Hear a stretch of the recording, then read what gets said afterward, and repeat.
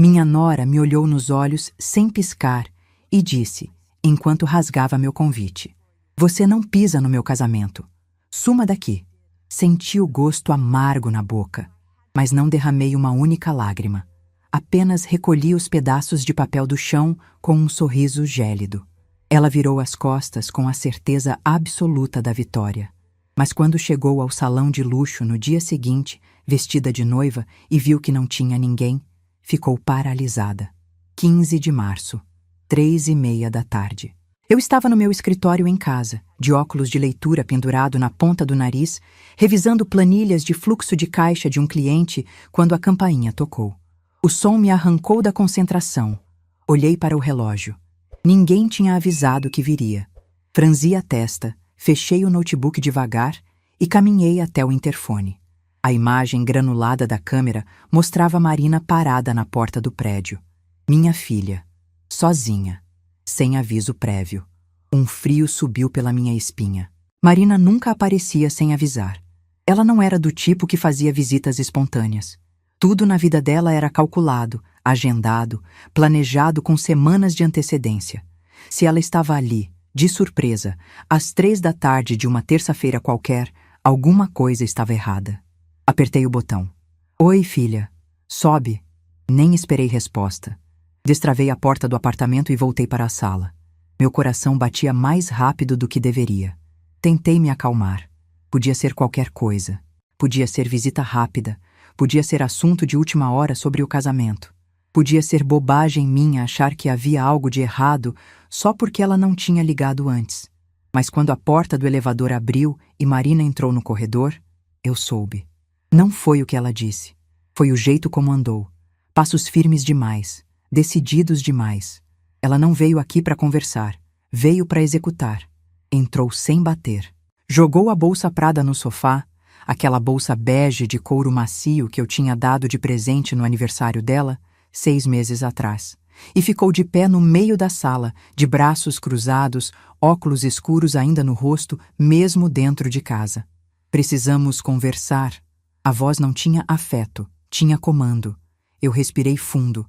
Não ia deixar que ela percebesse o nó que já estava se formando no meu estômago. "Claro, filha. Senta. Quer água? Café?" "Não quero nada. Isso aqui vai ser rápido." Sentei na poltrona perto da janela. Marina continuou de pé. Posição estratégica. Ela sempre fazia isso. Ficava em pé quando queria dominar a conversa. Aprendi a reconhecer esse tipo de linguagem corporal nos meus 30 anos trabalhando em banco. A pessoa que fica de pé enquanto a outra está sentada assume controle psicológico da situação. É hierarquia silenciosa. Mas dessa vez tinha algo diferente. Não era só a postura. Era o sorriso.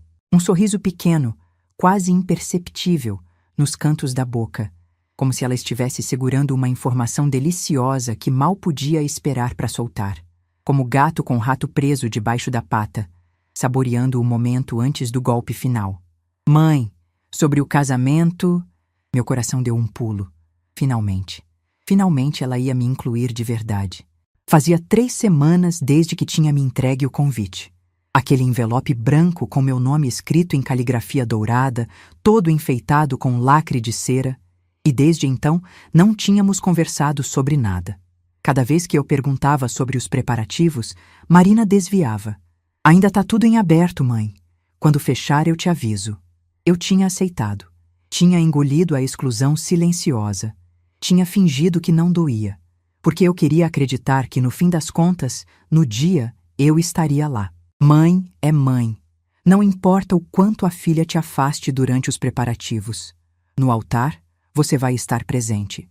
Pelo menos era isso que eu repetia para mim mesma toda noite antes de dormir.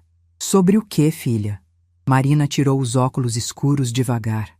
Me encarou com aqueles olhos cinzentos, idênticos aos meus. Mas não tinha nada de mim naquele olhar. Era gelo puro. "Você não vai." Silêncio. Pisquei. "Como assim eu não vou?" "Você não vai ao meu casamento, mãe. Não quero você lá." O mundo parou. Eu ouvi as palavras. Cada uma delas entrou pelos meus ouvidos, desceu pela garganta, chegou no estômago e virou chumbo. Mas meu cérebro se recusava a processar. Não podia ser isso. Não podia ser o que eu estava ouvindo. Marina, você tá falando sério? Completamente. Ela enfiou a mão dentro da bolsa. Fuçou lá dentro com calma calculada. Tirou um envelope branco. Meu convite. Aquele mesmo que ela tinha me entregado 3 semanas atrás. Aquele que eu tinha guardado na gaveta da cômoda do quarto, embrulhado em papel de seda, porque era importante. Porque era o casamento da minha filha. Eu só vim te entregar isso pessoalmente para não ter mal entendido. E então ela rasgou. Rasgou o convite ao meio. Direto. Sem hesitação. O som do papel se partindo ecoou na sala como tiro. Depois rasgou de novo. E de novo. Até virar confete. Até virar fragmentos pequenos demais para colar de volta. E jogou no chão. Bem na minha frente. Como se fosse lixo. Eu não consegui me mexer. Senti algo se partir dentro do meu peito. Não foi dor física. Foi pior. Foi como se alguém tivesse arrancado uma parte de mim que eu nem sabia que existia e jogado fora junto com os pedaços de papel. Minha visão embaçou.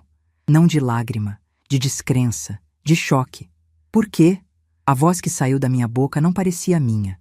Era fraca, trêmula, pequena. Marina sorriu. Não, não foi sorriso. Foi um esgar de satisfação pura. Olhos brilhando, como criança que acabou de ganhar o brinquedo que queria. Porque você não se encaixa, mãe. Cada palavra foi dita devagar, mastigada, saboreada. A família do Bernardo é de outro nível. Gente fina, gente tradicional, gente que importa.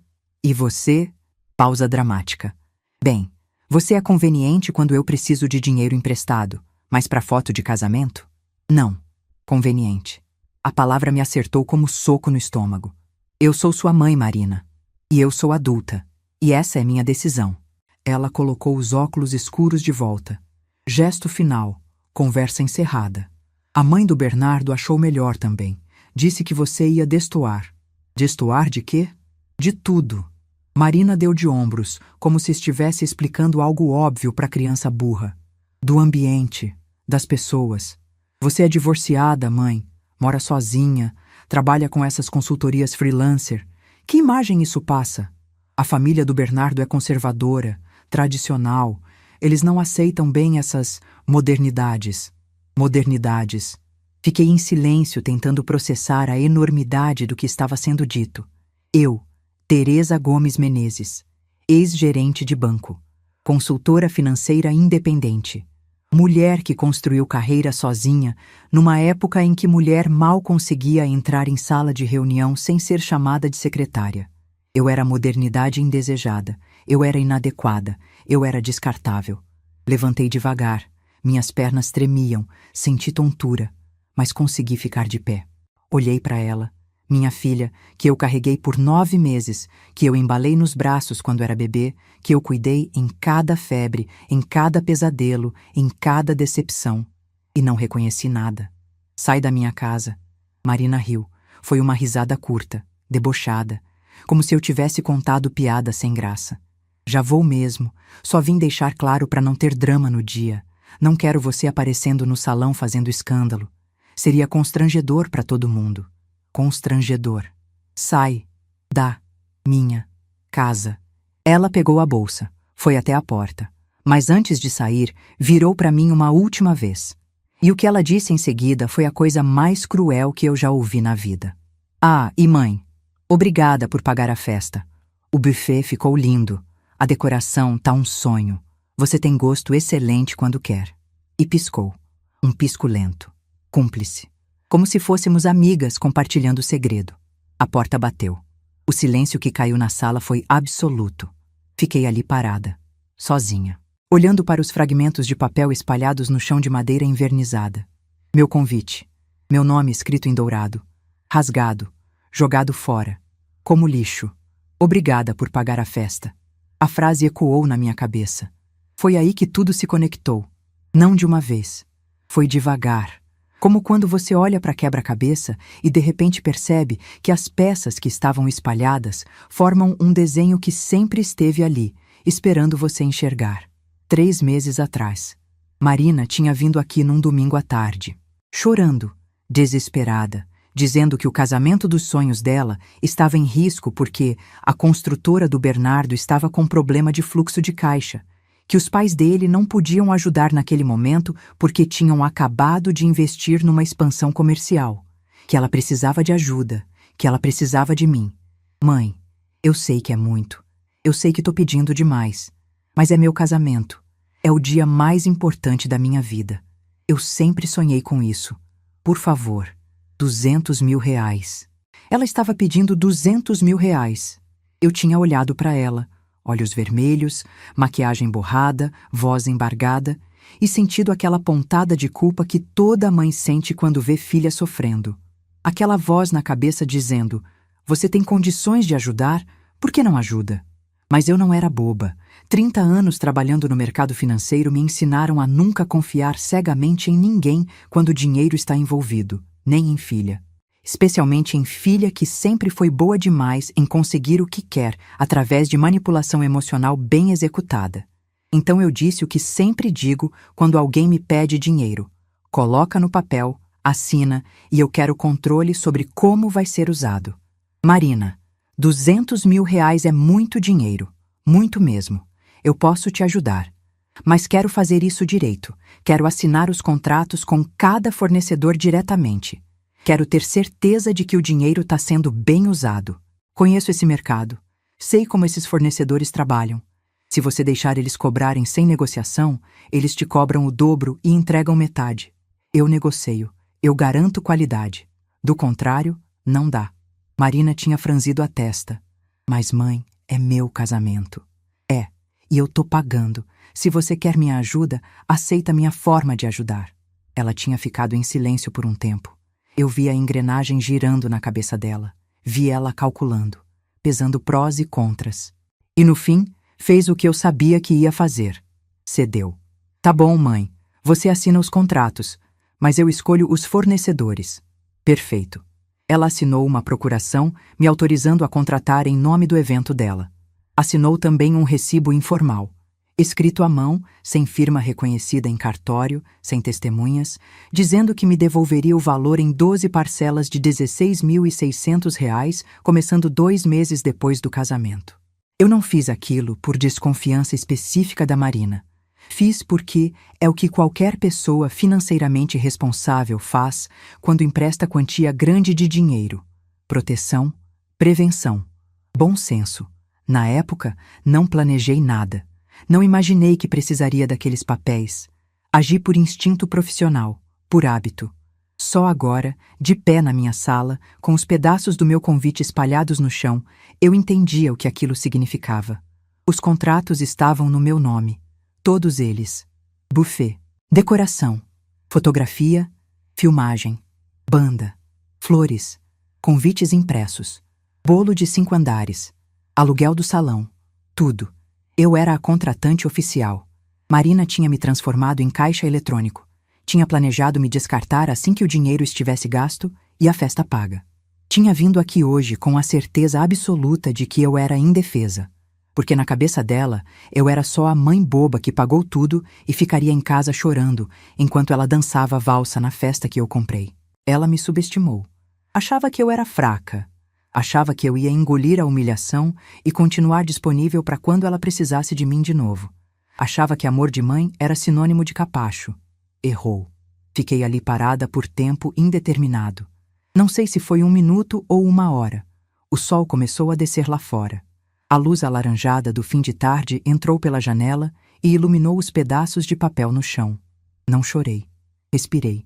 Fui até a mesa de centro. Abri o notebook.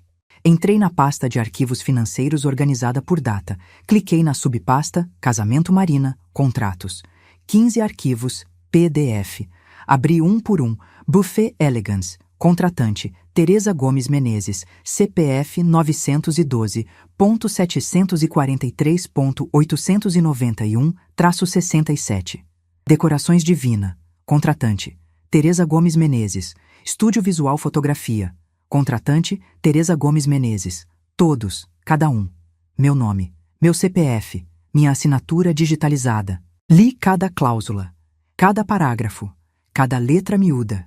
Cláusula de rescisão. Contratante tem direito de cancelar os serviços até 72 horas antes do evento mediante pagamento de multa rescisória no valor de 10% do total contratado. Fechei o notebook. Olhei para o celular. Peguei. Liguei para Silvia. Minha irmã atendeu no segundo toque. Oi, Terê, tudo bem? Preciso de você aqui, agora. Houve uma pausa. Silvia me conhece há 59 anos. Conhece meu tom de voz. Sabe diferenciar urgência de desespero. Tô saindo. 20 minutos depois, a campainha tocou. Abri a porta. Silvia entrou. Me olhou. Olhou para os fragmentos de papel no chão. Olhou para mim de novo. O que aconteceu? Contei tudo. A visita. O convite rasgado. As palavras. Cada frase que Marina tinha dito. Cada humilhação. Cada facada. Quando terminei, Silvia estava branca. Que filha desgraçada! Não discordei. Ela me chamou de conveniente, Silvia. Disse que eu sirvo para emprestar dinheiro, mas não para aparecer na foto. Que nojeira! Que ser humano nojento! Silvia balançou a cabeça incrédula. E você vai fazer o quê? Olhei para ela. Vou precisar da sua ajuda no sábado. Sábado é o casamento. Eu sei. Silvia franziu a testa. Que tipo de ajuda? Fica comigo aqui em casa. O dia inteiro, e se a Marina ligar, atende. O número dela eu vou bloquear. Teresa. Ela me olhou com atenção, tentando entender. O que exatamente você vai fazer? Ainda não posso te contar, mas confia em mim. Ficamos nos encarando por alguns segundos, então Silvia deu um aceno lento de cabeça. Tô contigo. Ela foi embora às 9 da noite. Eu tranquei a porta. Apaguei as luzes. Fui pro quarto. Não dormi. Fiquei deitada no escuro, olhando para o teto, pensando em tudo que Marina tinha dito. Você não se encaixa. Você é conveniente. Você ia destoar. De madrugada, levantei. Fui até o escritório.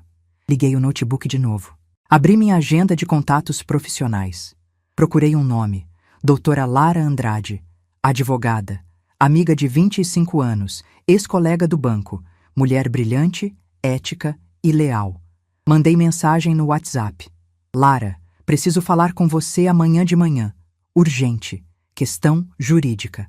A resposta veio 3 minutos depois. 9 horas no meu escritório. Pode ser? Perfeito. Na manhã seguinte, cheguei no escritório da Lara às 8h55. Ela me recebeu com café fresco e expressão preocupada. Você tá bem? Nunca te vi pedir consulta urgente assim. Sentei. Respirei fundo. Minha filha me expulsou do casamento dela. Silêncio. Como assim expulsou? Contei tudo, desde o começo. O empréstimo dos 200 mil, os contratos assinados no meu nome, a visita de ontem, o convite rasgado, as palavras cruéis, a humilhação calculada. Lara ouviu em silêncio absoluto. Quando terminei, ela ficou me encarando por um longo tempo. Você tem os contratos no seu nome? Tenho. Todos eles? Todos. E tem o recibo assinado por ela reconhecendo a dívida? Tenho. É informal, escrito à mão, sem firma reconhecida, sem testemunhas. Mas foi assinado pela mão dela. Tenho certeza que a perícia grafotécnica confirmaria se fosse necessário. Lara deu uma risada seca. Não de alegria, de reconhecimento profissional. Teresa, você armou isso sem nem perceber. Como assim? Esse recibo informal é peça-chave. Ele prova que o dinheiro era empréstimo, não doação espontânea. Se ela tentar alegar que você deu o dinheiro de presente e depois se arrependeu por maldade, esse documento derruba o argumento na hora. Quanto aos contratos, você é a contratante legítima perante todos os fornecedores. Você tem pleno direito de cancelar os serviços. Marina não tem vínculo jurídico com nenhum deles. Senti algo se mexer dentro do meu peito. Não era alívio, era poder. Se ela entrar com processo contra mim, com base em quê? Lara abriu as mãos. Ela não assinou nenhum contrato com nenhum fornecedor. Não tem objeto jurídico para a ação. Qualquer tentativa seria extinta por falta de relação contratual comprovada e ainda correria o risco de ser enquadrada como litigância de má-fé dada a situação toda. Você está juridicamente blindada, Teresa. Então eu posso cancelar tudo? Lara me olhou nos olhos. Pode. E sinceramente? Na minha opinião pessoal, como sua amiga? Deve. Saí do escritório da Lara às 10h30 da manhã. Sentei no carro, peguei o celular, abri a pasta de contratos de novo e comecei a ligar. Um por um. Buffet Elegance. Bom dia. Aqui é Teresa Gomes Menezes. Sou a contratante do evento do dia 5 de abril. Preciso cancelar. Silêncio do outro lado. A senhora tem certeza? Falta menos de uma semana. Tenho absoluta certeza. Mas já está tudo encomendado. A comida, as bebidas, a equipe. Eu sei. E aceito pagar a multa rescisória prevista em contrato. 10% do valor total. Podem enviar o boleto. Pausa longa. Tá bem, dona Teresa. Vou processar o cancelamento. Desliguei. Próximo. Decorações Divina. Bom dia, Teresa Gomes Menezes, contratante do evento dia 5 de abril. Gostaria de cancelar. Nossa, dona Teresa, aconteceu alguma coisa? Questões pessoais. Aceito pagar a multa. A senhora não merecia isso. A voz da moça do outro lado estava genuinamente solidária. Eu vi o projeto da decoração. Ia ficar lindo. Obrigada, mas não vai rolar. Entendo. Vou cancelar aqui. Um por um. Metódico. Profissional. Sem emoção. Estúdio Visual Fotografia. Cancelado. Filmagem Platinum. Cancelado. Banda Notas e Acordes. Cancelado. Floricultura Pétala Dourada. Cancelado. Gráfica Luxo Convites. Cancelado. Eles nem tinham imprimido ainda, então nem cobraram multa. Confeitaria Real. O bolo de 5 andares com cobertura de fondant e flores de açúcar comestíveis, cancelado. Até o aluguel do salão de festas do Hotel 5 Estrelas na Savassi, cancelado. Alguns fornecedores ficaram surpresos, outros chocados. A moça da floricultura chegou a perguntar se eu tinha certeza 3 vezes. O fotógrafo disse que sentia muito e que torcia para que tudo se resolvesse. No fim do dia, paguei um total de R$ 19.400 em multas rescisórias. R$ 19.400. Menos de 10% do que eu tinha investido. E o casamento de luxo da Marina, aquele evento de 200 convidados, buffet de alta gastronomia, decoração de revista, banda ao vivo, tinha virado pó. E ela não fazia ideia. Quando desliguei da última ligação, eram 4:30 da tarde. Fiquei sentada no sofá, olhando para o celular. Não senti prazer, não senti vingança. Senti algo mais profundo e mais silencioso que essas coisas. Senti a exata medida de respeito próprio sendo restaurada. Antes de eu contar o que aconteceu no dia do casamento, preciso saber. O que vocês fariam no meu lugar? Eu tinha os contratos na mão. Tinha o poder de cancelar tudo. Mas também tinha o coração apertado. Porque por mais que ela tenha me humilhado, ainda era minha filha. Vocês acham que eu fiz certo? Ou vocês teriam engolido a dor e deixado a festa acontecer? Porque o que eu fiz naquele sábado à noite mudou tudo. E não tem volta. Sábado, 5 de abril, dia do casamento. Acordei às 6 da manhã, sozinha. Na minha cama king size com lençóis de algodão egípcio brancos e macios que eu tinha comprado numa liquidação ano passado. O quarto estava silencioso. A luz fraca da manhã entrava pela persiana entreaberta. Levantei, fui até a cozinha. Coloquei café para passar. O cheiro forte e amargo encheu o apartamento. Não estava nervosa, não estava ansiosa. Estava estranhamente calma. Liguei para Silvia. Já acordou? Acordei. Tô saindo daqui a pouco. Traz vinho. Ela riu do outro lado da linha. Quanto? 2 garrafas. Silvia chegou às 9 da manhã carregando uma sacola com 2 garrafas de vinho tinto chileno e um pote de azeitonas verdes. Colocamos música ambiente. Fizemos pipoca na panela, daquelas que estouram barulhento e enchem a casa de cheiro de manteiga. Abrimos a primeira garrafa de vinho, mesmo sendo manhã de sábado. Sentamos na varanda. O dia estava bonito, céu limpo, sol forte. Belo horizonte lá embaixo se espreguiçando para o fim de semana. Você tem certeza do que fez? Silvia me perguntou, segurando a taça de vinho. Absoluta. E se ela descobrir antes? Não vai descobrir. Os fornecedores não têm contato direto com ela, só comigo. E já cancelei tudo. Não tem mais nada para descobrir. Só vai saber quando chegar no salão. E o Bernardo? O Bernardo acredita no que a Marina conta para ele. E ela com certeza disse que eu decidi não ir por vontade própria. Silvia balançou a cabeça devagar. Que loucura! Ficamos em silêncio por um tempo, bebendo vinho, comendo pipoca. ouvindo jazz instrumental baixinho no som. Às 3 da tarde, Silvia perguntou: que horas começa a cerimônia? 7 da noite. Faltam 4 horas. Eu sei. Às 5, comecei a sentir o estômago embrulhar.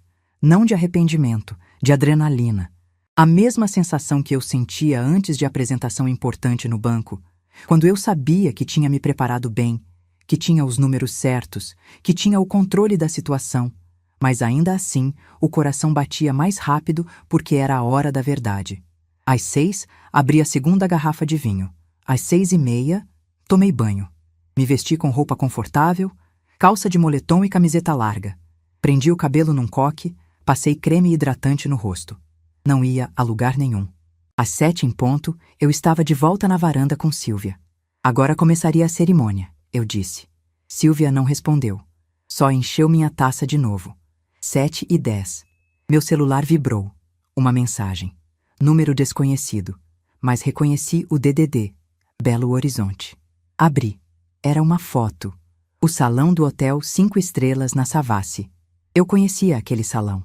Tinha ido a eventos corporativos lá várias vezes durante minha carreira no banco. Salão imponente. Pé direito alto. Lustres de cristal. Janelas enormes com vista para a cidade. Na foto, o salão vazio. Cadeiras empilhadas nos cantos. Mesas sem toalha. Chão de taco brilhando sob as luzes acesas. Nenhuma decoração. Nenhuma flor. Nenhum arranjo. Nenhum buffet. Nada. Um espaço vazio como palco abandonado depois que o espetáculo foi cancelado. E no canto direito da foto, desfocado, dava para ver gente começando a chegar. Vestidos longos, ternos, convidados confusos olhando ao redor, procurando entender onde era a festa. Embaixo da foto, uma mensagem curta. Pensei que você gostaria de saber. Não tinha assinatura, mas eu sabia quem era. Cláudia, gerente de eventos do hotel. A gente tinha trabalhado junto em alguns projetos corporativos anos atrás. Ela sempre foi discreta, leal. Não fez julgamento, não fez comentário. Só mandou a foto. Fiquei olhando para a tela do celular por um longo tempo. Silvia se aproximou. Que foi? Mostrei a foto. Ela arregalou os olhos. Meu Deus! Não respondi. Não conseguia tirar os olhos daquela imagem. O salão vazio. As cadeiras empilhadas, os convidados chegando sem saber que não tinha festa. Senti algo se mexer dentro do meu peito. Não foi alegria, não foi prazer sádico. Foi alívio. Alívio profundo e exausto. Como quando você segura a respiração embaixo d'água por tempo demais e finalmente consegue subir e encher os pulmões de ar de novo. Bloqueei o número da Marina no meu celular. Por quê? Silvia perguntou. Porque ela vai ligar. E eu não quero atender. Mas eu atendo, né? Sim. 7h15. O celular da Silvia tocou. Ela olhou para a tela. Olhou para mim. É ela. Atende. Coloca no viva voz. Silvia atendeu. O que saiu do outro lado foi um grito. Tia Silvia, pelo amor de Deus, você sabe onde está minha mãe? A voz da Marina estava irreconhecível. Aguda. Desesperada. Trêmula. Não sei, Marina. Por quê? O que foi? Porque ela cancelou tudo. Silêncio. Silvia fingiu surpresa com perfeição digna de Oscar. Cancelou o quê? Tudo. O buffet, a decoração, as flores, a banda, tudo. O salão tá vazio. Eu tô aqui de vestido de noiva e não tem festa. Tem 200 convidados chegando e não tem nada. Eu fechei os olhos. Respirei fundo pelo nariz. O ar da varanda estava fresco. Cheirava a jasmim do jardim do vizinho do andar de baixo. A música ambiente continuava tocando baixinho. Algo instrumental, piano e contrabaixo. A taça de vinho na minha mão estava morna. Como assim cancelou? Silvia perguntou. Os fornecedores disseram que ela ligou cancelando, que ela é a contratante, que tem direito. Eu vou processar ela. Eu vou destruir ela. A ligação caiu. Ficamos em silêncio. Silvia me olhou. Ela tá em pânico. Eu sei. Vai ligar de novo. Eu sei. E ligou. 5 minutos depois. Dessa vez mais controlada. Voz ainda trêmula, mas tentando soar firme. Tia, por favor, preciso falar com minha mãe. É urgente. Marina, eu não sei onde ela tá. De verdade. Ela fez de propósito. Ela sabia. Ela planejou isso. Planejou o quê? Me humilhar. Tem 200 convidados aqui, a família inteira do Bernardo, e não tem festa, não tem nada. Que vergonha, que situação! Silvia ficou em silêncio por um momento. Marina, por que sua mãe faria isso? Silêncio do outro lado, longo, tenso. Porque ela é louca, porque ela não aceita que eu cresci, porque ela tem ciúme da minha vida. Silvia olhou para mim. Eu balancei a cabeça devagar. Deixa ela falar. Tem certeza que é só isso? Silvia perguntou, voz calma. Do que você está insinuando? Nada, só acho estranho. Teresa nunca foi de fazer escândalo. Se ela fez isso, deve ter motivo. O motivo é que ela é desequilibrada. A ligação caiu de novo. Dessa vez, não ligou mais. Ficamos sentadas na varanda até 10 da noite, bebendo vinho, comendo pipoca fria, sem falar muito. Em algum momento, Silvia perguntou: Você tá bem? Pensei na resposta. Tô, estranhamente bem. Não tá com pena? Não. Nem um pouquinho? Nem um pouquinho. E era verdade. Eu esperava sentir culpa. Esperava sentir aquele peso no peito que mãe sente quando vê filha sofrendo, mesmo quando a filha merece o sofrimento. Mas não senti nada disso. Senti paz. Paz estranha. Paz silenciosa. Paz que vem quando você finalmente para de se trair para agradar quem nunca te valorizou. Silvia foi embora meia-noite. Fiquei sozinha. Tranquei a porta. Apaguei as luzes. Fui pro quarto. Deitei na cama. Olhei pro teto no escuro. E foi aí que caiu. O peso real do que tinha acontecido. Não o que eu fiz. O que ela fez. Marina tinha vindo na minha casa. Tinha rasgado meu convite. Tinha me chamado de inadequada, de descartável, de conveniente. Tinha me dito que eu não me encaixava na vida dela. Que eu servia para emprestar dinheiro, mas não para aparecer na foto. E eu tinha engolido isso em silêncio por 4 dias. 4 dias fingindo que estava tudo bem enquanto planejava os cancelamentos. Mas agora, sozinha no escuro, sem precisar fingir nada para ninguém, a dor veio. Não foi dor raivosa, foi dor cansada. Dor de quem percebe que passou anos construindo imagem de alguém que nunca existiu. Eu tinha uma filha na minha cabeça.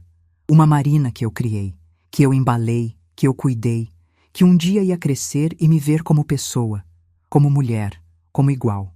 Essa Marina nunca existiu. A Marina real sempre me viu como ferramenta, como meio, como caixa eletrônico emocional e financeiro que devia estar disponível quando necessário e sumir quando inconveniente. Virei de lado na cama, abracei o travesseiro e chorei. Não foi choro dramático, foi choro silencioso. Lágrimas descendo devagar pelo rosto, molhando a fronha. Chorei pela mãe que eu fui e que nunca foi suficiente. Chorei pela filha que eu quis ter e que nunca tive. Chorei pelo tempo perdido, tentando ser amada por alguém incapaz de amar qualquer pessoa além de si mesma. Dormi às 3 da manhã. Acordei às 6 com o celular vibrando. Número desconhecido. Atendi sem pensar. Alô? Teresa? Voz masculina. Conhecida. Formal. Quem é? Marcelo, meu ex-marido. Sentei na cama. Marcelo, o que você quer? Eu soube do que aconteceu. Fiquei em silêncio. E aí? Perguntei, voz seca. Ele demorou para responder. Quando falou, a voz estava cansada, pesada. Você tá certa. Completamente certa. Não esperava isso. Sério? Sério. Eu tentei conversar com a Marina ontem à noite. Fui até o apartamento do Bernardo.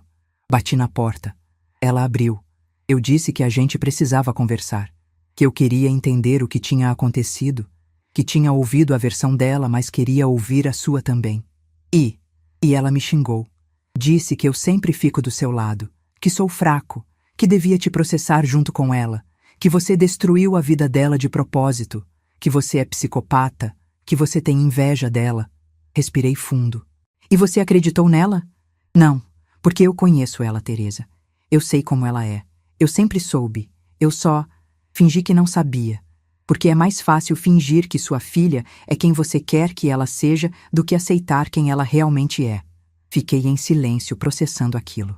Ela sempre foi assim, Marcelo continuou. Desde pequena, manipuladora, calculista, incapaz de aceitar responsabilidade pelos próprios erros. E eu deixei, cobri, justifiquei. Porque eu tinha medo de olhar para ela e ver o que eu ajudei a criar. Por que você tá me ligando, Marcelo? Porque eu te devo um pedido de desculpas, por não ter te apoiado quando você tentava colocar limites nela, por ter achado que você era dura demais, por ter ficado do lado dela tantas vezes quando você estava certa. Senti algo apertar no peito. Aceito o pedido de desculpas. Obrigado. Ficamos em silêncio por um momento. Como ela tá? Perguntei, sem saber bem por que perguntei.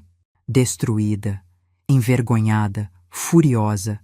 A família do Bernardo ficou chocada com o escândalo todo.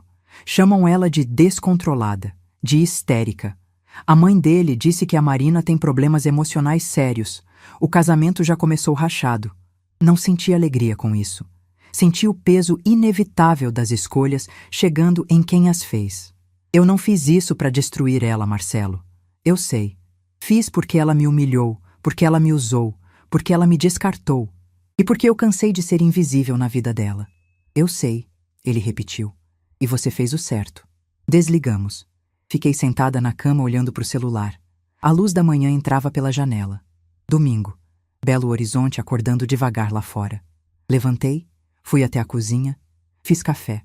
Sentei na varanda com a xícara quente nas mãos. E pela primeira vez em 4 dias, sorri. Não foi sorriso de vingança. Foi sorriso de quem sobreviveu. 2 semanas depois do casamento desfeito, eu estava começando a me sentir leve de novo. Voltei à rotina. Consultoria financeira, reuniões com clientes, planilhas, relatórios. A vida normal que eu tinha construído para mim mesma depois do divórcio. Bloqueei o número da Marina. Bloqueei também todos os perfis dela nas redes sociais. Não por raiva, por higiene mental. Não precisava saber da vida dela. Não queria saber. A Sílvia passava em casa todo fim de semana. A gente saía para almoçar, ia no cinema. Conversava sobre tudo, menos sobre Marina. Eu estava bem. Até que numa quarta-feira à noite, 23 dias depois do casamento cancelado, o interfone tocou. Eram 8h30. Eu estava de pijama assistindo série na Netflix. Olhei pelo visor. Bernardo. Meu coração deu um pulo. O que ele estava fazendo aqui? Atendi o interfone. Bernardo? Dona Teresa, por favor, preciso falar com a senhora, só 5 minutos. A voz dele estava educada, cansada, quase implorando. Fiquei com a mão no botão sem saber o que fazer. A Marina tá com você? Não. Vim sozinho. Ela nem sabe que eu tô aqui. Respirei fundo. Abri o portão. Ele subiu. Quando abri a porta do apartamento, levei um susto. Bernardo tinha perdido peso. Olheiras fundas. Barba por fazer, roupa amassada. Boa noite, Dona Teresa. Entra. Ele entrou. Ficou de pé no meio da sala, desconfortável, olhando para o chão. Senta, eu disse, apontando para o sofá. Ele sentou. Eu sentei na poltrona em frente. O que você quer, Bernardo? Ele respirou fundo. Passou a mão pelo rosto. Eu vim pedir desculpas. Fiquei em silêncio. Eu não sabia. Ele continuou. Juro que não sabia de nada. A Marina me disse que a senhora tinha decidido não ir ao casamento, que foi escolha sua, que vocês tinham conversado e entrado num acordo. Eu acreditei, porque eu confiei nela. E agora eu descobri a verdade. Ele olhou para mim, olhos vermelhos. Achei as mensagens. Meu estômago gelou. Que mensagens? Entre ela e a mãe dela, a mãe do meu lado. Elas planejaram tudo. Planejaram te excluir do casamento desde o começo. Não foi decisão de última hora. Foi estratégia. Senti algo virar dentro de mim. Como assim planejaram? A mãe da Marina sugeriu. Disse que você ia destoar, que você é divorciada, que mora sozinha, que trabalha com essas coisas modernas de consultoria, que a família dela é conservadora e não ia aceitar bem. A Marina concordou na hora. Disse que você ia ser útil para pagar, mas que não precisava aparecer. Útil para pagar. As palavras ecoaram na minha cabeça. Quando você descobriu isso? Semana passada. O celular dela estava desbloqueado em cima da mesa. Uma notificação chegou. Eu olhei sem querer. Era a mensagem da sogra. Abri a conversa. Li tudo. E você confrontou ela? Confrontei. Ela negou no começo. Depois admitiu, mas disse que foi pela minha família, que fez para me proteger, para proteger minha reputação, que você ia causar constrangimento. Respirei fundo. E você acreditou? Não, porque eu reli as mensagens e não tinha nada de proteção ali. Tinha frieza, tinha cálculo, tinha maldade pura. Ele parou, engoliu seco. Dona Teresa, eu casei com uma pessoa que eu não conheço. Fiquei em silêncio olhando para ele. Bernardo era bonito. 38 anos, engenheiro civil, família tradicional de Belo Horizonte, educado, bem-sucedido e completamente perdido. Por que você veio aqui me contar isso? Perguntei. Porque a senhora merecia saber. E porque eu queria pedir desculpas por não ter investigado antes. Por ter acreditado cegamente na versão dela. Por não ter te defendido. Você não me conhecia, Bernardo. Não tinha a obrigação de me defender. Tinha sim. Você é a mãe dela. Você pagou o casamento inteiro. Você merecia no mínimo respeito. Senti algo se mexer dentro do meu peito. Não era perdão. Era reconhecimento. Alguém finalmente vendo o óbvio que todo mundo tinha ignorado. E agora? Perguntei. O que você vai fazer? Ele ficou em silêncio por um longo tempo. Não sei. O casamento tá ruim. A gente briga todo dia. Ela me culpa por tudo. Diz que se eu tivesse dado o dinheiro, nada disso teria acontecido. Que a culpa é minha por ser pão duro, por não ter ajudado ela. Você não é pão duro, Bernardo. Você foi sensato. E a culpa não é sua. A culpa é dela. Ele assentiu devagar. Eu sei. Mas é difícil aceitar que você errou na escolha mais importante da sua vida. Ficamos em silêncio. Obrigado por me receber, ele disse levantando. Eu não ia embora daqui sem falar com a senhora pessoalmente. Acompanhei ele até a porta. Antes de sair, ele virou para mim. A senhora fez certo, Dona Teresa, em cancelar tudo. A Marina merecia. Eu não fiz para punir ela, Bernardo. Fiz para me proteger. Deu no mesmo. Ele foi embora. Fechei a porta. Fiquei parada no corredor processando a conversa. Marina tinha planejado tudo desde o começo. Não foi impulso. Não foi decisão de última hora. Foi estratégia fria e calculada construída junto com a sogra. Senti raiva pela primeira vez desde o dia do convite rasgado. Raiva diferente. Raiva que não era emocional. Era racional. Era a constatação clara de que eu tinha sido enganada de forma premeditada por alguém que devia me amar. Liguei para Silvia. Contei tudo. Ela ficou em silêncio do outro lado. Que nojeira, Teresa. Que planejamento nojento. Eu sei. E agora? Agora nada. Já fiz o que tinha que fazer. Tem certeza? Tenho. Mas não tinha.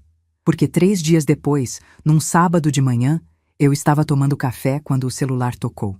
Número desconhecido. Atendi. Alô? Teresa? Aqui é Cláudia, do hotel. A gerente de eventos. A que tinha mandado a foto do salão vazio. Oi, Cláudia. Tudo bem? Tudo. Olha, eu tô te ligando porque aconteceu uma coisa estranha aqui e eu achei que você devia saber. Meu estômago apertou. O quê? Sua filha veio aqui ontem, com um advogado. Pediu acesso aos contratos do evento. Disse que vai te processar por danos morais e materiais. Que você agiu de má fé. Que causou constrangimento público. Senti o sangue gelar. E vocês mostraram os contratos? Mostramos. São documentos que ela tem direito de acessar, já que era o evento dela. Mas eu avisei o advogado que você era a contratante oficial, que ela não tinha vínculo jurídico com o hotel. Ele anotou tudo. Obrigada por me avisar, Cláudia. De nada, fica esperta. Desliguei. Fiquei sentada na mesa da cozinha olhando para o celular. Marina ia me processar. Liguei para a doutora Lara. Lara, preciso de você. Meia hora depois, eu estava no escritório dela. Contei sobre a visita do Bernardo. Sobre as mensagens, sobre a Cláudia, sobre o processo. Lara ouviu tudo com expressão séria. Ela não tem base legal, Teresa. Você era a contratante. Tinha pleno direito de cancelar. O recibo prova que era empréstimo. Ela não vai ganhar. Mas ela pode tentar. Pode. E vai gastar dinheiro com o advogado para perder. Mas se ela quiser, pode tentar. E se ela inventar alguma coisa? Se ela distorcer os fatos? Lara me olhou. Por isso que eu vou te pedir uma coisa. Junta tudo. Todas as provas. Todos os contratos. Todos os comprovantes de pagamento. O recibo assinado por ela. Print das multas rescisórias. Tudo. E me manda. Vou montar um dossiê preventivo. Se ela entrar com processo, a gente responde com tudo isso e pede extinção por falta de fundamento. E ainda cobra dela as custas.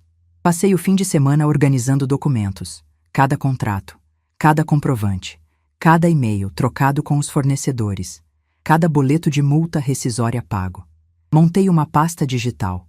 Enviei para Lara. Ela respondeu no domingo à noite. Perfeito. Tá tudo aqui. Pode ficar tranquila. Mas eu não ficava tranquila, porque no fundo eu sabia que Marina não ia parar. Ela nunca parava quando se sentia injustiçada, mesmo quando a injustiça era imaginária. E eu estava certa, porque na terça-feira seguinte eu recebi a notificação. Ação judicial. Marina Menezes versus Tereza Gomes Menezes. Pedido. Indenização por danos morais no valor de R$500 mil. Pedido de devolução dos R$200 mil, alegando doação e não empréstimo. R$700 mil. Sentei no sofá com o papel na mão. Li cada linha. Na petição, Marina alegava que eu tinha doado o dinheiro espontaneamente como presente de casamento, que eu tinha me arrependido por ciúme da felicidade dela, que eu tinha cancelado o evento de forma cruel e premeditada para causar constrangimento público máximo, que eu era mãe tóxica e controladora, que não aceitava que a filha tivesse vida própria, que eu tinha problemas psicológicos e precisava de tratamento. Terminei de ler. Coloquei o papel em cima da mesa. Liguei para Lara. Recebi. Eu também. Já tô preparando a resposta. Tereza, respira. Isso aqui não vai dar em nada. É processo vazio, mas a gente vai responder com tudo. E ela vai sair perdendo. Quando? 2 semanas. Prazo legal para contestação. Desliguei. Fiquei sentada no silêncio do apartamento. Marina não queria justiça, queria destruição, queria me ver quebrada, humilhada, arrependida. E pela primeira vez desde que tudo começou, senti medo. Não de perder o processo, de perder a paz que eu tinha construído depois de tanto tempo. 2 semanas depois de receber a notificação do processo, eu estava no escritório da doutora Lara revisando a contestação. Não era documento simples, era arsenal. Lara tinha montado peça de 43 páginas com todos os documentos anexados. Cópia de todos os 15 contratos, mostrando meu nome como contratante oficial. Cópia do recibo assinado pela Marina, reconhecendo o empréstimo de R$200 mil em 12 parcelas.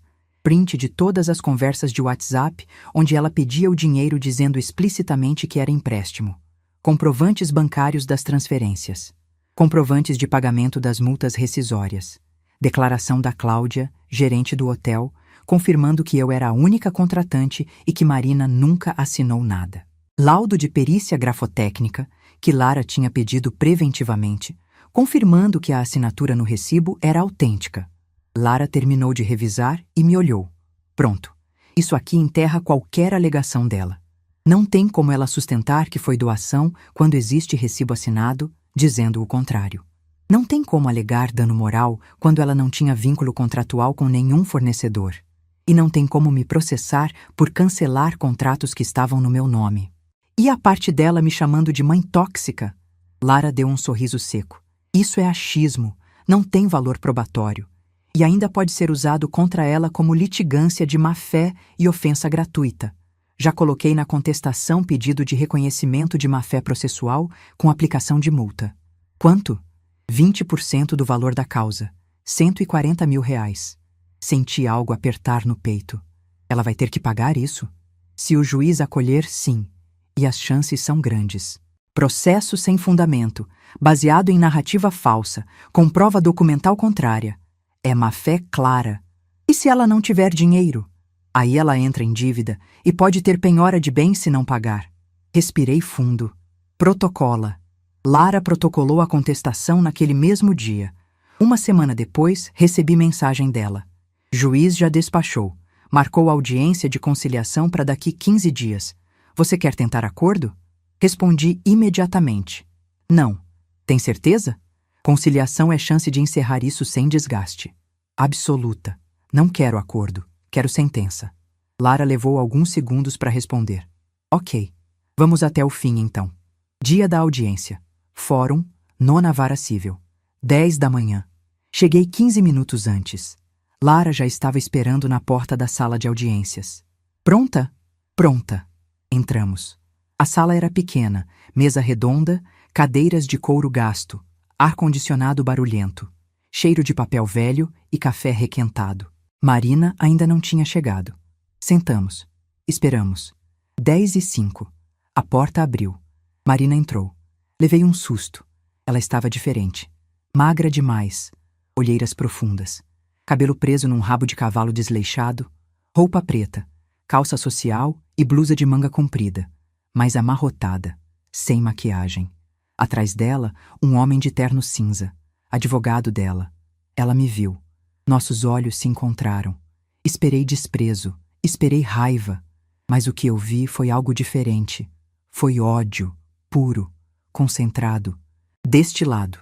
Ela desviou o olhar e sentou do outro lado da mesa. O juiz entrou. Homem de uns 50 e poucos anos. Careca. Óculos redondo. Expressão cansada de quem já viu o processo demais. Bom dia. Vamos lá. Processo número tal. Audiência de conciliação. As partes estão representadas? Lara se apresentou. O advogado da Marina também. Certo. Então vamos direto ao ponto. A autora alega dano moral e devolução de quantia supostamente doada. A ré contestou, apresentando documentação robusta, provando relação contratual legítima e empréstimo formalizado. Li tudo. Antes de qualquer coisa, tem proposta de acordo? Lara olhou para mim. Eu balancei a cabeça. Não, excelência. O juiz olhou para o advogado da Marina. E a parte autora? O advogado cochichou algo com Marina. Ela respondeu rispidamente. Ele suspirou. A autora propõe quitação da dívida do empréstimo mediante abatimento de 50% do valor, alegando dificuldade financeira, e desistência mútua dos pedidos de dano moral. Lara me olhou. Eu já sabia a resposta. Não aceito. Marina bateu a mão na mesa. Você tá fazendo isso por vingança. O juiz bateu o martelo. Silêncio. Aqui não é lugar de escândalo. Se a senhora não se controlar, vai ter que se retirar. Marina fechou a boca, mas o olhar continuava fuzilando. O juiz respirou fundo. Muito bem. Não havendo acordo, vou converter em instrução. Vou dar prazo de 10 dias para ambas as partes apresentarem rol de testemunhas, se desejarem. Depois marco audiência de instrução e julgamento. Mais alguma coisa? Lara levantou a mão. Excelência, renovo o pedido de reconhecimento de litigância de má-fé já exposto na contestação. A prova documental é clara. Não há base fática nem jurídica para a ação. O juiz folheou o processo. Vou analisar. Decisão sai em sentença. Bateu o martelo. Encerrada a audiência. Levantamos. Marina saiu primeiro. Não olhou para mim. Não falou nada. Mas antes de sair da sala, parou na porta e virou. Me encarou. E disse baixinho, só para eu ouvir. Você vai pagar por isso. Não respondi. Ela saiu. Lara tocou no meu braço. Ignora. É desespero. Eu sei. Saímos do fórum. No caminho de volta para casa, fiquei pensando na expressão da Marina. Não era só raiva. Era derrotismo consciente. Ela sabia que ia perder. E não sabia lidar com isso. 2 semanas depois, Lara me ligou. Teresa. Saiu a sentença. Meu coração acelerou. E ganhou. Tudo. Pedido dela negado integralmente. Reconhecida má-fé processual. Condenada ao pagamento de multa de R$140 mil, mais custas processuais. Fechei os olhos. Quanto no total? R$153 mil. Silêncio. Ela vai ter que pagar isso? Vai. E se não pagar, entra em execução. Pode ter penhora de bens. Quanto tempo ela tem? 15 dias para pagar voluntariamente. Depois disso, execução forçada. Desliguei. Fiquei sentada no sofá. R$153 mil. Marina tinha entrado com processo tentando receber 700 mil. E ia sair devendo 153 mil. Não senti alegria. Senti peso. Peso de assistir alguém se destruir sozinha e não poder fazer nada porque a pessoa escolheu esse caminho. 3 dias depois, Marcelo me ligou. Teresa, soube da sentença. E? Marina tá desesperada, não tem dinheiro, pediu ajuda para mim. Eu disse que não. Por quê? Porque ela precisa entender que ações têm consequências. E porque eu cansei de limpar a sujeira dela. E o Bernardo? Pediu divórcio. Senti algo apertar no peito. Quando?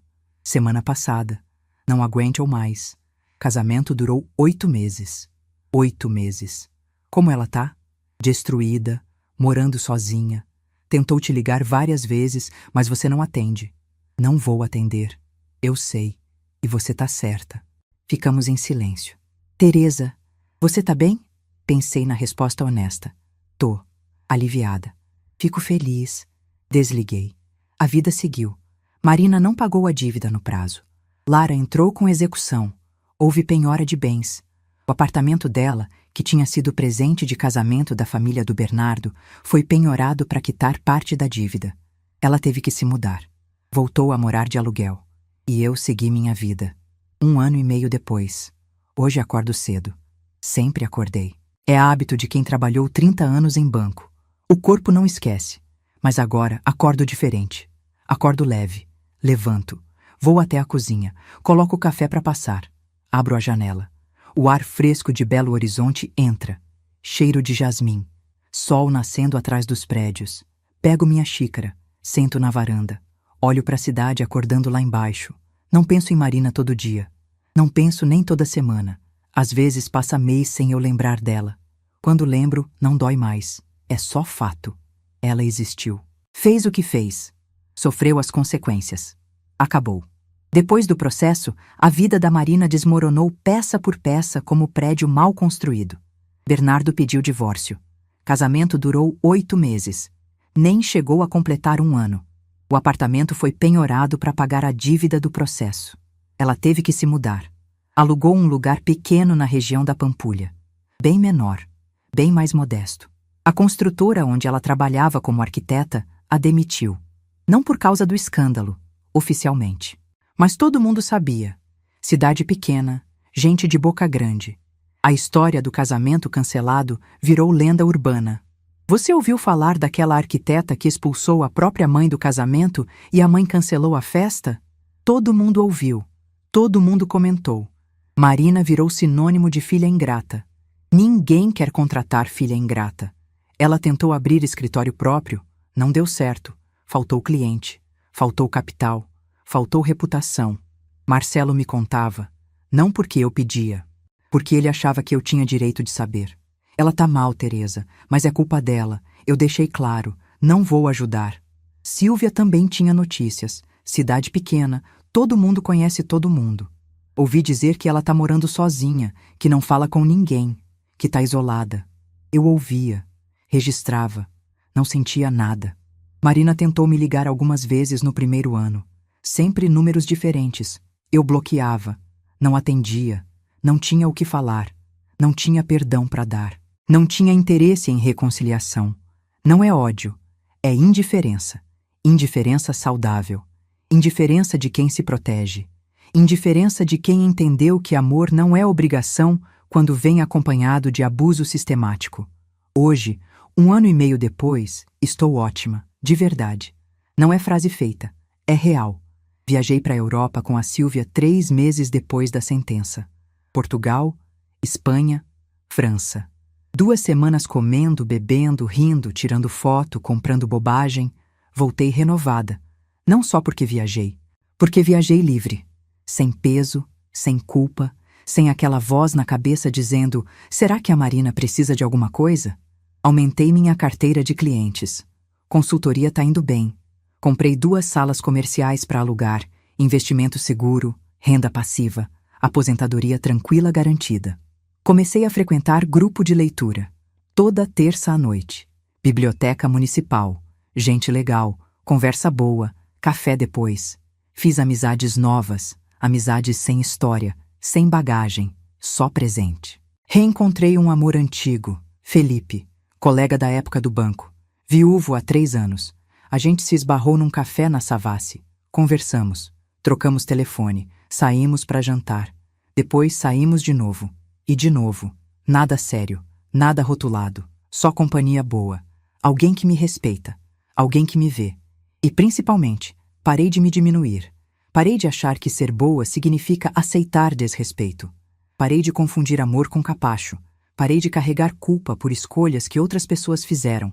A Silvia me perguntou uma vez: Você tem saudade da Marina? Fiquei pensando antes de responder. Saudade de quê exatamente? Da filha que eu imaginei que tinha? Essa nunca existiu.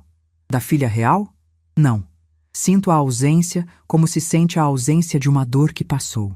Estranha no começo. Depois, só silêncio. Silvia ficou me olhando por um tempo. Você tá mais leve, Terê.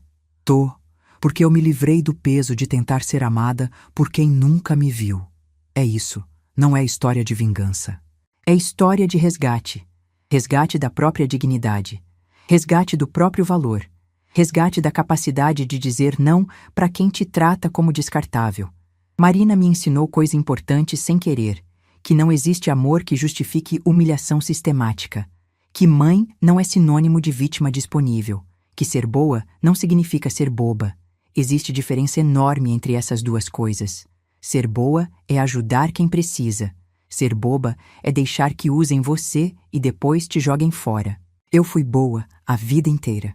Paguei escola, paguei faculdade, paguei apartamento, paguei casamento, mas quando me chamaram de conveniente, quando rasgaram meu convite, quando me disseram que eu não era digna de estar presente, eu parei de me perguntar o que eu tinha feito de errado, porque não tinha feito nada de errado. A Marina fez aposta. Apostou que eu era o que ela precisava que eu fosse, fraca, boba, controlável. Apostou que eu ia chorar, engolir e continuar disponível quando ela precisasse de mim de novo. Ela perdeu a aposta. Não é vingança, é consequência. São coisas muito diferentes. Vingança é quando você age para machucar. Consequência é quando a pessoa recebe de volta exatamente o que colocou em movimento, sem você precisar fazer nada além de se recusar a ser vítima. Aprendi que amor de mãe não precisa ser incondicional quando vem acompanhado de traição premeditada. Aprendi que a melhor resposta para quem te exclui não é chorar na esquina, é cancelar a festa e seguir em frente.